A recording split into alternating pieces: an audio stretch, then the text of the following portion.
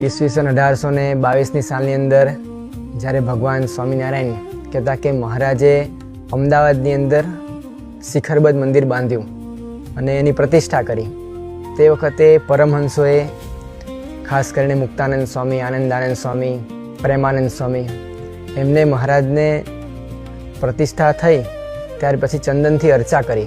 કાળઝાળ ગરમી હતી, સંતોને પરમહંસોને ઈચ્છા થઈ હશે અને મહારાજના શરીરે પણ ચંદનની અર્ચા કરી.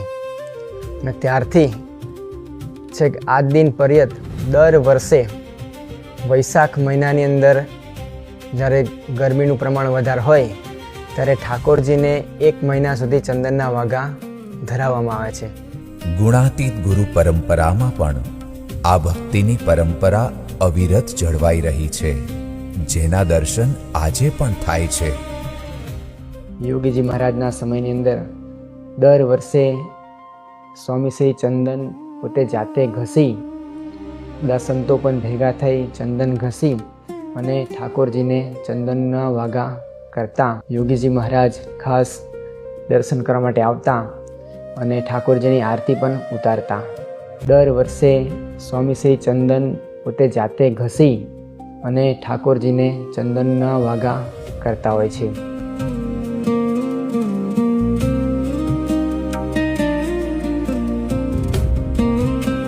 આ પરંપરા અનુસાર તમામ BAPS મંદિરોમાં પ્રત્યેક વર્ષે ભગવાનને ચંદનના વાઘાનો શૃંગાર કરવામાં આવે છે.